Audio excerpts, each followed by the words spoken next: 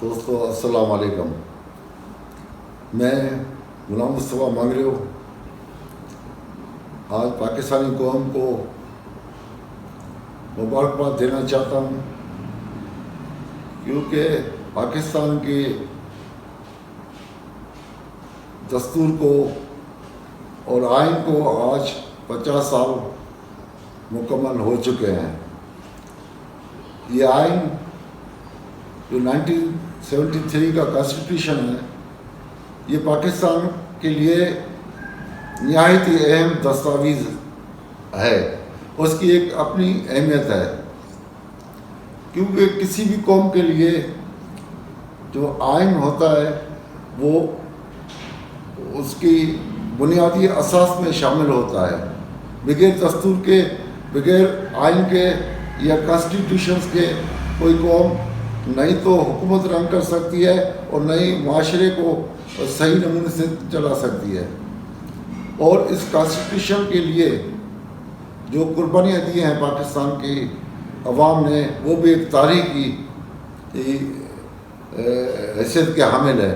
آپ کو سب کو پتہ ہے کہ یہ ملک ایک بہت بڑی جدوجہد کے بعد بنا تھا. اس ملک کی اپنی تاریخ ہے اور ایک روایت ہے. حقیقت میں اگر پاکستان کی ساری تاریخ کو دیکھا جائے جو ہے وہ قانونی اور آئینی جدوجہد ہی ہے. اور لحاظ سے بھی ہے، معاشی بھی ہے، سیاسی بھی ہے اور ثقافتی بھی ہے، مذہبی بھی ہے، لیکن ایک لحاظ سے وہ قانونی جو آئینی جدوجہد بھی ہے. کیونکہ جب ہمارے ملک کی ہم ہسٹری پہ نظر ڈالتے ہیں پاکستان کی، تو جب سر سید احمد خان نے تحریک شروع کی تھی تو وہ بھی مسلمانوں کے آئینی اور قانونی حقوق کے لیے کی تھی کہ ایک علیحدہ ملک بنایا جائے یا اس کو ایک علیحدہ قوم بنایا جائے، اس کو رائٹ دیے جائے. بعد میں پھر علامہ اقبال نے بھی یہی بات کی تھی کہ بھئی ایک قانونی اختیار دیا جائے. اور اس ساری جدوجہد میں اس ٹائم کے جو حالات تھے، قائد اعظم ہوں یا محمد علی جناح، انہوں نے بہت بڑی جدوجہد کی، آئینی جدوجہد کی اور قانونی جدوجہد کی اور سیاسی جدوجہد کی. اس ساری پس منظر میں دیکھا جائے تو قانون ہی جو ہے وہ آئین اور دستور ہی ملک کو چلاتے ہیں. لیکن بدقسمتی سے ہمارے یہاں پر حالات ایسے ہوئے ہیں کہ پاکستان کی تاریخ میں کہ دستور کو کبھی چلنے نہیں دیا گیا. کیونکہ جیسے ہی پاکستان بنا تھا تو اس ٹائم کیا ہے 1947 میں تو ہمارے پاس کوئی اپنا دستور یا آئین نہیں تھا. اس ٹائم جو ہمارا سسٹم چل رہا تھا گورنمنٹ کا یا اسٹیٹ کا، وہ 1935 کی جو ہے برٹش انڈیا کا جو دستور تھا، اس کے اوپر ہمارے معاملات چل رہے تھے. اور اس کے بعد جلدی ہی جو ہے قرارداد مقاصد کے لیے کوشش بنائی گئی. یہ شاید مگر 1949 کی بات ہے. اس کے بعد جو ہے 1956 کا کانسٹیٹیوشن بنایا گیا. بدقسمتی سے وہ کانسٹیٹیوشن بھی چلنے نہیں دیا گیا. اس کے بعد ملک میں مارشل لا آ گئی اور پھر فوجی ڈکٹیٹر نے 1962 میں پھر ایک کانسٹیٹیوشن دیا، لیکن اس کو بھی پھر دوسرے فوجی ڈکٹیٹر نے آگے ختم کر دیا. اس کے بعد قانون نہ ہونے کی وجہ سے، ہماری غلطیوں کی وجہ سے، یہ میں نہیں کہتا ہوں تو کسی ایک کی صرف غلطیاں تھیں، اس میں پولیٹیشین میں بھی ہے، ہماری سیاسی غلطیاں تھیں، ہماری جوڈیشری کی بھی غلطیاں تھیں اور ہماری اسٹیبلشمنٹ کی بھی غلطیاں تھیں، جس کی وجہ سے آئین نہیں بن سکا. آئین چل نہیں پا، بنا تو چل نہیں سکا. اس کی وجہ سے ملک دو حصوں میں بٹ گیا اور بنگال ہم سے علیحدہ ہو گیا. اور ملک کی علیحدگی کے بعد اقتدار جب ذوالفقار علی بھٹو کو دیا گیا تو اس ٹائم بھی ملک میں کوئی آئین یا قانون یا دستور نہیں تھا.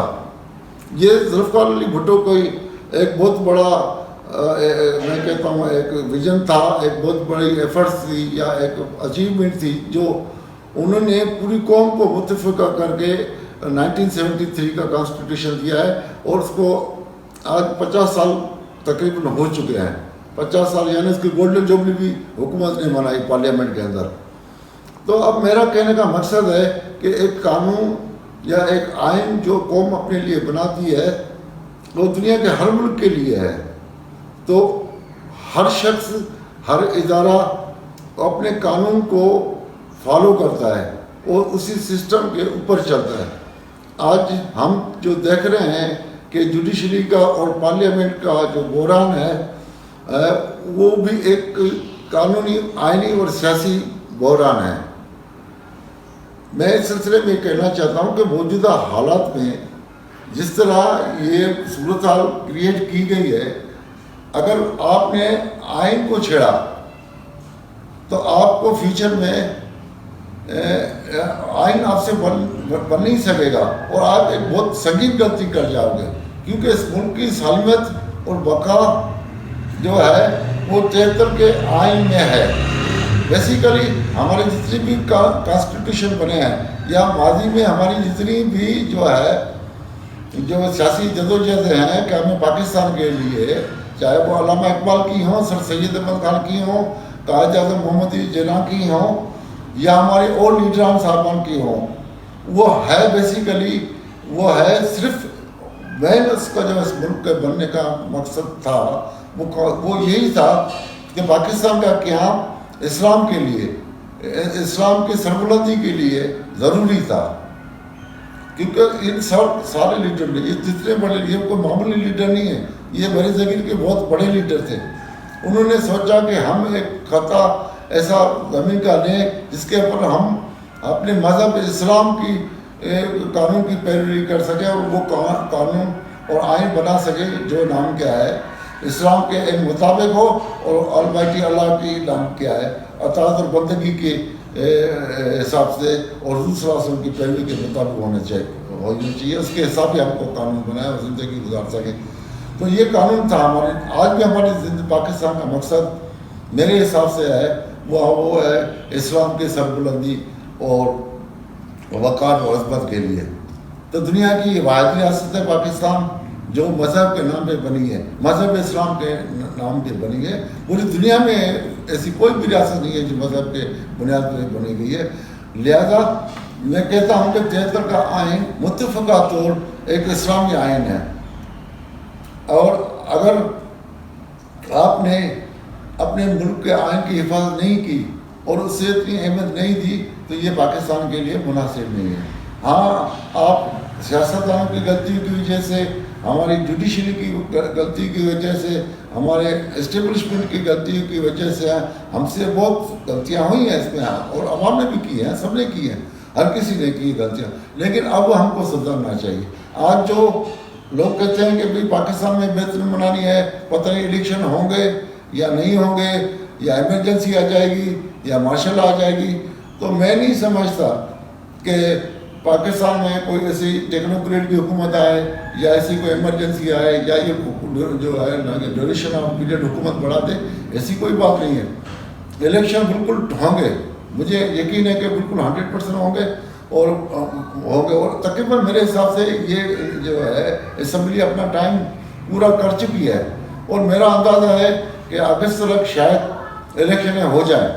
تو کسی کو میرے خیال اور یہ بحران انشاءاللہ ختم ہوگا اور آئین اور قانون کی فتح ہوگی اور جمہوریت کی فتح ہوگی اور اسلام کی فتح ہوگی اور پاکستان کی فتح ہوگی.